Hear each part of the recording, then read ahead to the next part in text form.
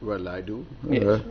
And On the 13th, there were all these corporate arrests. Before that, Shahid Balwa continues to be in jail. Given the fact that there is a similarity in the charge sheets and there is a clear link between all the accused, including Kanimozhi here, do you think there can be different treatment for Kanimozhi? Well, unfortunately, I'm not an astrologer, but a lawyer. Looking at the nature of the facts of the case and the law which has been prevailing in our country, even if other people are in custody, they are not arrested. They are in custody pending trial now. None of them who have been, taken into custody by the court have been never arrested. They have been put behind bars facing the trial because there have been allegations of various nature. Now, as far as a lady in the nature of Kanimozhi is concerned, the law is totally different. The law creates an exception in favor of the old, the sick and the women. So there is an exception in section 437 of the CRPC that as long as there is no offence punishable with life or death, the accused, if it is a lady, infirm or a old person, can be released on bail. And I'm sure, I don't hold a brief for Kanimozhi, but I'm sure her lawyers will be taking certain arguments of this nature. But that is principally only a question of bail. We will have to decide as to, we'll have to see how the court decides on the 13th. Okay. I want to go to M.R. Venkatesh here. M.R. Venkatesh, I want you to respond to the argument made here by Satish Maneshinde. Also, tell me, you're a chartered accountant. Kanimozhi with 20% stake has been charge sheeted. Dayalu Ammal with 60% is let off. Now, Dayalu Ammal may be very aged, there may be that argument, but the sentimental argument under company law, does any sentimental argument work? Under company law, how do you look upon this differential treatment to Karunanidhi's wife and Karunanidhi's daughter? I for one cannot even differentiate between the daughter or for that matter the wife, because the company law does not differentiate you according to your age or your health. But the charge sheet, if you go through it, which I just got 15-20 minutes back, yes, and I could see that what they are telling me is a very simple thing, that Mrs. Karunanidhi has made a plea on 27 July 2007, stating inter alia that she was too old and she could not run the company, and she has asked Mr. Sharat Kumar to carry on the business, and Mr. Sharat Kumar was carrying on the business. She had nothing to do with the running of the day-to-day affairs of the company, and this is that argument that the CBI has somehow or the other swallowed it. Now it's up to you whether you are a DMK sympathizer and you want to swallow it, you swallow it. Otherwise, you don't want to, you don't do.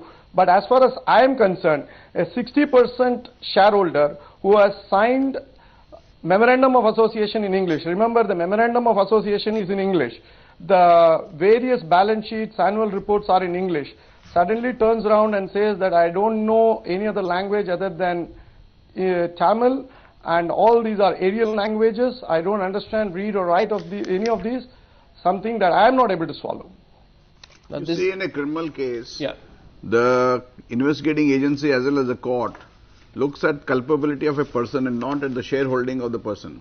Here the CBI was competent enough to charge sheet those people against whom it thought that there was enough evidence, and if they didn't find any evidence against the mother, I don't think there was any need for the prosecution. No, but this argument, the question of holding a share of 60% is no culpability. No, he's not by arguing on the 60% alone, are you, Mr. Venkatesh? Your argument is more around the point which is made in the supplementary charge sheet. Yes, go ahead, Mr. Venkatesh. No, they say that she was appointed as an additional director.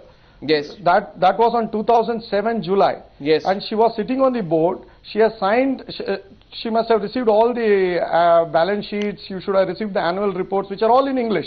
Never have seen it is in Tamil. All that which are filed with the Registrar of Companies, which I downloaded this morning, are all in English.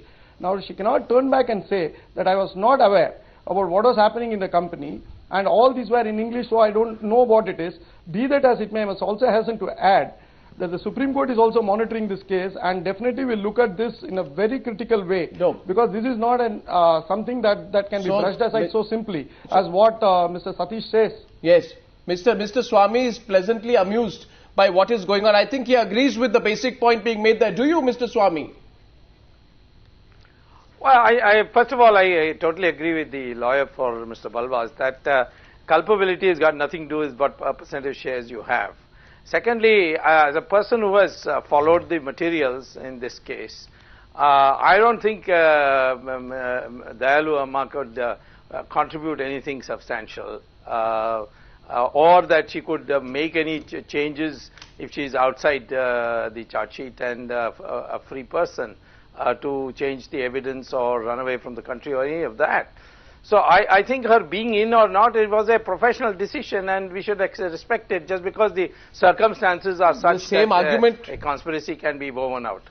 Same argument can be made by Kanimozhi tomorrow. No.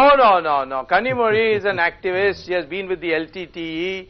In fact, one of our close associates, that Father Gasbag or Gasper, I forget what his name was, she and they were organized for the LTTE. She has been involved with money laundering for activities. She is totally a different person, and that's why the family has serious questions whether they should stand up for her.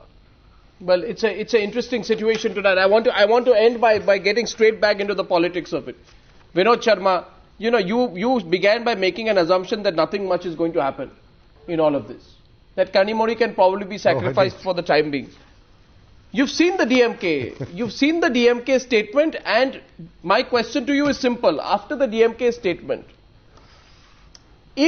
look at two possibilities, Mr. Sharma. If there is action against Kanimozhi, then the DMK will be forced to respond politically.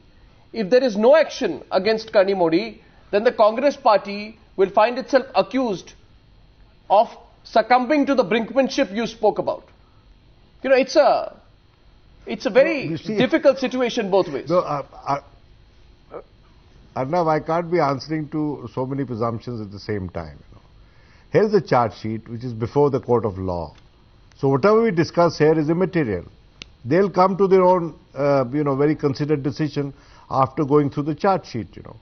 All that I'm saying is that there's nothing like be compelled to do this or compelled to do that. Politics is a game of expediency. It's not a game of compulsions, And you must understand that Karunanidhi is a man who has seen many such battles before. Yes. He's not an ordinary politician. He's the senior most politician. He's never had a child in jail. And he's not going to be stupid enough to give up power at the center without being doubly sure that he's going to come to power in Tamil Nadu once again. May I add something here? And I don't think he's going to come to power in Tamil Nadu on his own strength at all. Yes. Even if his party does well, or the alliance that his party is leading does well. Mr. Swamy, last word. Because he's fighting far too small number of seats. Mr. Swamy, last word. Let us wait. Well, but I will tell you one thing. Well, that Karunanidhi may be upset with his daughter being sent to jail, if at all it happens. But there are many other factors within the family, like the two sons, who are going to neutralize that anguish in order to make him decide otherwise. Okay, fine. So there are far too many players within the Kanimozhi clan at work. Okay, Mr. Swamy, last word. Now, you see, the thing is that the DMK's ultimatum sounds ridiculous. They say we gave an explanation, still the CBI went ahead with it. I'm sorry, the explanation given by DMK cannot be taken as gospel truth.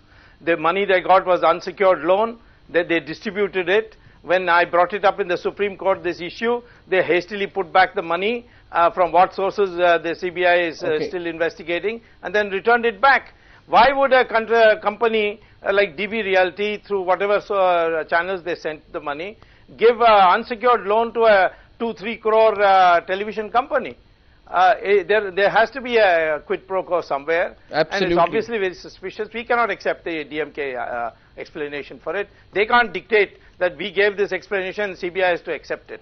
Okay. Game over for Kalmadi tonight. Possibilities open up for Kanimozhi, and they are not pleasant at all. Subramanian Swamy, Mr. Maneshinde, Mr. Venkatesh and Vinod Sharma. Mr. Venkatesh, later. I'm totally out of time tonight, but thank you so much for joining me here on the News Hour tonight. As they say sometimes, in politics and in public life, there's got to be payback time. Kanimozhi knows that, is learning that. Mr. Kalmadi is beginning to bite the bitter reality.